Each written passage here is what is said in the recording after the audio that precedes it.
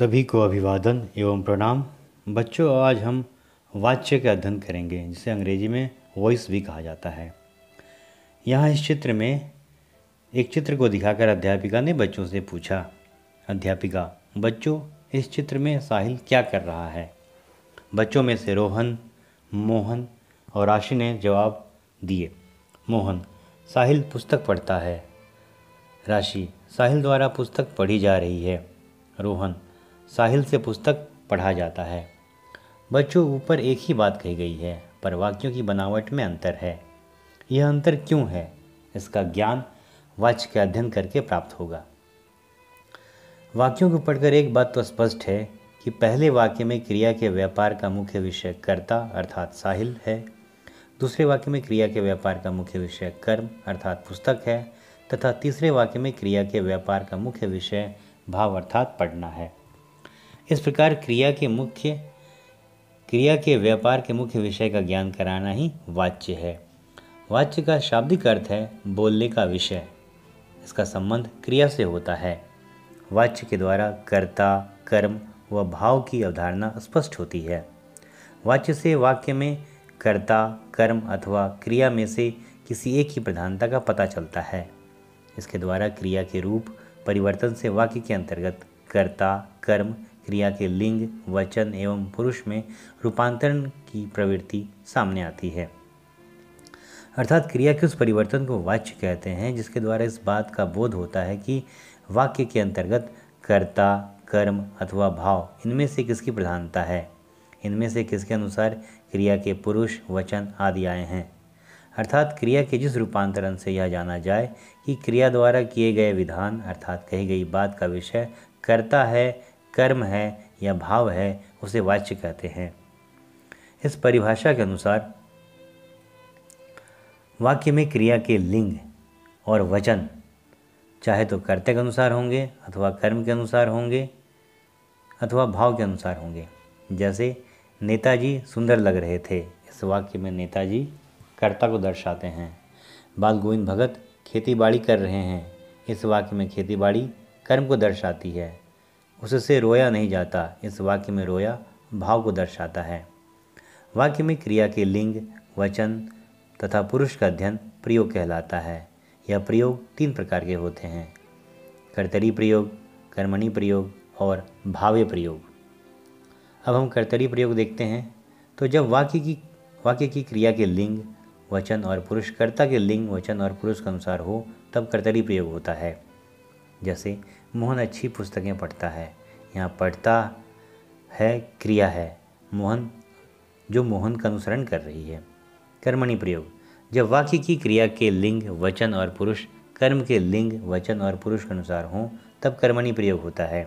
जैसे सीता ने पत्र लिखा, यहाँ लिखा क्रिया पत्र का अनुसरण कर रही है।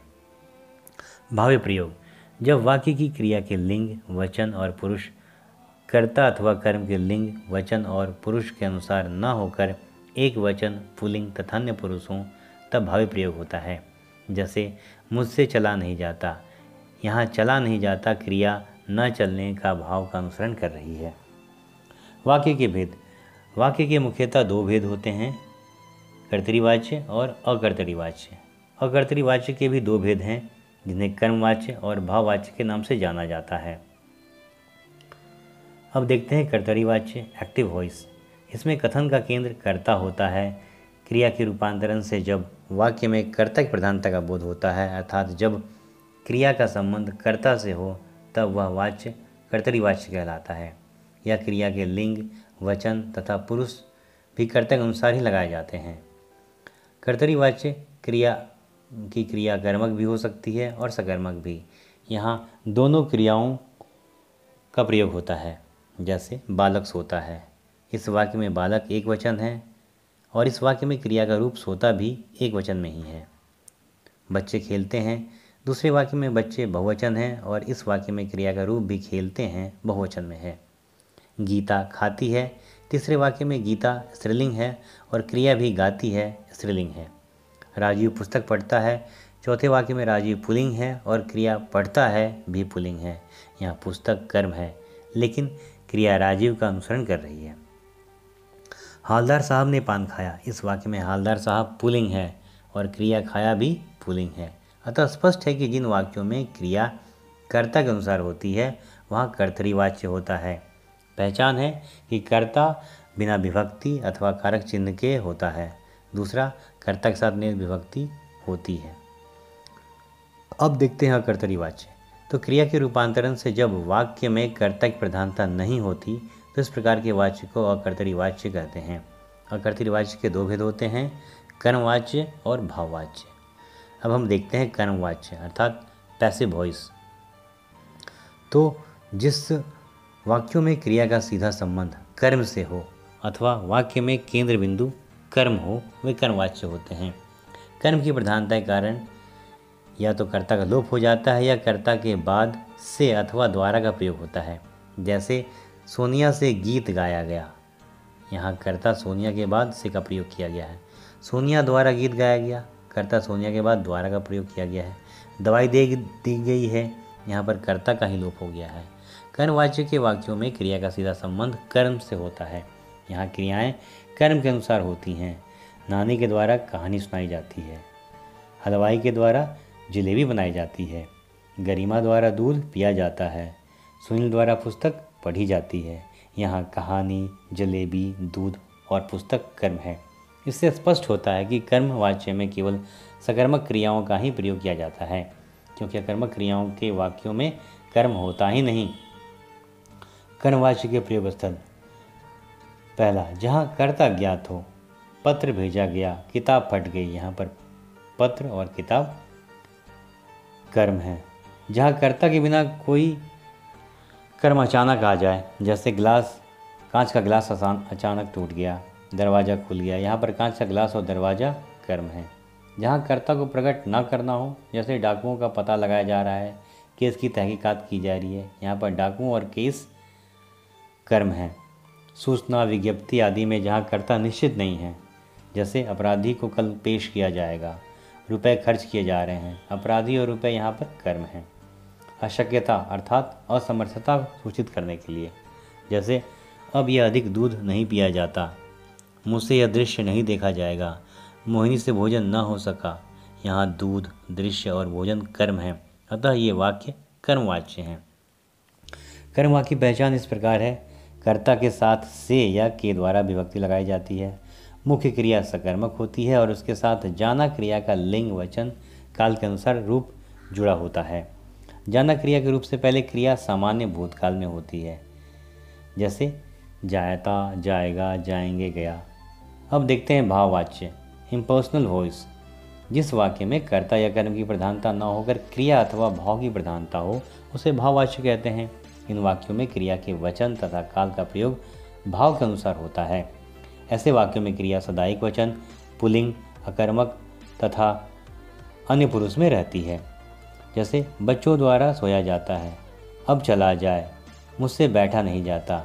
यहाँ क्रिया सोया, चला और बैठा के द्वारा क्रियात्मक भाव व्यक्त हो रहा है तथा क्रिया एक वचन, पुल्लिंग तथा अन्य पुरुष में है। यहाँ ये क्रियाएं ही प्रमुख हैं। भाववाच्य का प्रयोग स्थल: तो भाववाच्य का प्रयोग प्रायः असमर्थता या विवशता को प्रकट करने के लिए नहीं के साथ किया जाता है। जैसे अब चला नहीं जाता, अब तो पहचाना भी नहीं जाता। यहाँ न चलने और न पहचानने का समर्थता का भाव निहित है। जहाँ नहीं का प्रयोग नहीं होता है वहाँ मूल कर्ता सामान्य होता है, जैसे चलो खेला जाए, आज मिलकर पढ़ा जाए, गर्मियों में खूब नहाया जाता है, थोड़ी देर सो लिया जाए। भाववाच्य में क्रिया की निर्भरता भाव पर ही रहती है। उससे पढ़ा नहीं जाता, अब मुझसे सहा नहीं जाता, सोहन से चला नहीं जाता, बच्चों से लिखा नहीं जाता। तो उपरोक्त वाक्यों में कर्ता है परंतु वाक्यों में क्रिया स्वयं प्रधान है, क्रिया निश्चित भाव पर निर्भर है। ऐसे वाक्य भाववाच्य होते हैं। अब वाक्यों की पहचान देख लें। तो कर्ता के साथ से या के द्वारा कारक चिन्ह लगा होता है। यहाँ क्रिया अकर्मक होती है। क्रिया सदा एक वचन और पुल्लिंग में होती है। भाववाच्य में एक से अधिक क्रियापद होते हैं। सहायक क्रिया के रूप में जाना क्रिया के रूपों का प्रयोग होता है तथा मुख्य क्रिया अकर्मक होती है। अब यह जानना जरूरी है कि कर्तृवाच्य में क्रिया सकर्मक और अकर्मक दोनों हो सकती है। कर्मवाच्य में क्रिया केवल सकर्मक होती है, भाववाच्य में क्रिया केवल अकर्मक होती है। अब देखें कि कर्तरी वाच्य से कर्मवाच्य में परिवर्तन किस प्रकार होता है। तो कर्मवाच्य सकर्मक क्रियाओं वाले वाक्यों में होता है। परिवर्तन करते समय क्रिया के केवल रूप में परिवर्तन आता है, क्रिया के काल में परिवर्तन नहीं आता। इसके लिए निम्न बातों पर ध्यान देना आवश्यक है। पहला, कर्तृवाच्य के कर्ता के साथ यदि कोई विभक्ति या कारक चिन्ह लगा हो तो उसे हटाकर से, द्वारा या के द्वारा जोड़िए। दूसरा, यदि कर्म के साथ विभक्ति कारक चिन्ह लगा हो तो उसे हटा दीजिए। कर्तृवाच्य में कर्तृवाच्य की मुख्य क्रिया को सामान्य भूतकाल में परिवर्तित कीजिए। उस परिवर्तित क्रिया के साथ जाना क्रिया का काल, पुरुष, वचन और लिंग के अनुसार जो रूप हो उसे जोड़कर साधारण क्रिया को संयुक्त क्रिया में बदलिए, तो जिससे हम कर्मवाच्य में परिवर्तित करते हैं। जैसे शिकारी शिकार करते हैं, शिकारियों द्वारा शिकार किया जाता है। मैंने पत्र लिखा, मुझसे पत्र लिखा गया। डाकू लोगों को मार डालेंगे, लोग डाकुओं द्वारा मार डाले जाएंगे।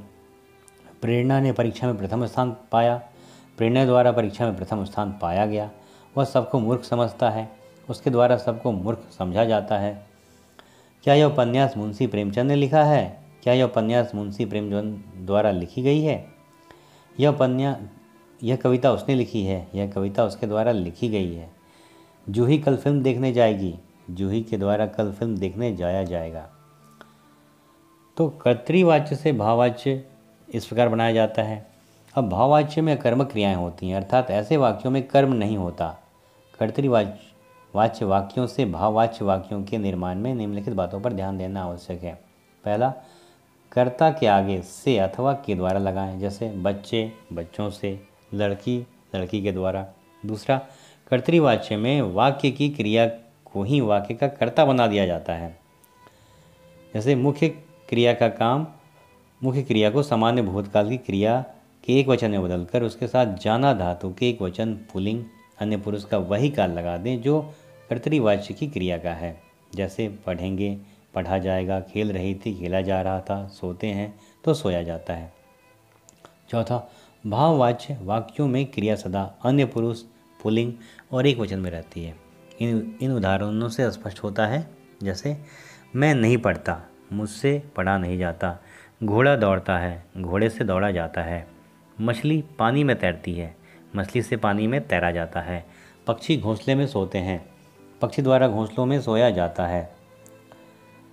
मैं अब नहीं चल पाता, मुझसे अब चला नहीं जाता। पक्षी आकाश में उड़ते हैं, पक्षी द्वारा आकाश में उड़ा जाता है। इस बार उन्होंने गले नहीं लगाया, इस बार उनके द्वारा गले नहीं लगाया गया। चलो ज़रा खेलें, चलो ज़रा खेला जाए। आओ घूमें, आओ घूमा जाए। अब खेलें, अब खेला जाए। मैं खाता हूँ, मुझसे खाया जाता है। तो कर्मवाच्य से कर्तृवाच्य बनाना भी इस प्रकार है। कर्ता में लगे से या के द्वारा के चिन्ह को हटा दिया जाता है। यदि कर्मवाच्य में जाना क्रिया का सामान्य भूतकाल का रूप लगा हो तो कर्ता के साथ ने विभक्ति या कारक चिन्ह लगा देते हैं। क्रिया के लिंग तथा वचन कर्ता के अनुसार परिवर्तित कर दिए जाते हैं। यदि क्रिया भूतकाल की है तो लिंग तथा वचन कर्म के अनुसार होते हैं। जैसे राम के द्वारा पुस्तक पढ़ी गई कर्मवाच्य है, राम ने पुस्तक पढ़ी यह कर्तृवाच्य है। अब उदाहरण देख लें। अध्यापिका द्वारा छात्रों में मिठाई बांटी गई, अध्यापिका ने छात्रों में मिठाई बांटी। नानी द्वारा कहानी सुनाई जाएगी, नानी कहानी सुनाएगी। मोहन द्वारा भोजन किया जा रहा था, मोहन भोजन कर रहा था। बिंदिया द्वारा निबंध लिखा गया, बिंदिया ने निबंध लिखा। लड़के द्वारा पतंग उड़ाई जा रही है, लड़के पतंग उड़ा रहे हैं। अशोक चक्रधर द्वारा सुंदर कविता लिखी जाती है, अशोक चक्रधर सुंदर कविता लिखते हैं। इस प्रकार मैंने प्रयास किया है समझाने का। आपने इतनी देर से हमें समझा, तो इसके लिए बहुत बहुत धन्यवाद।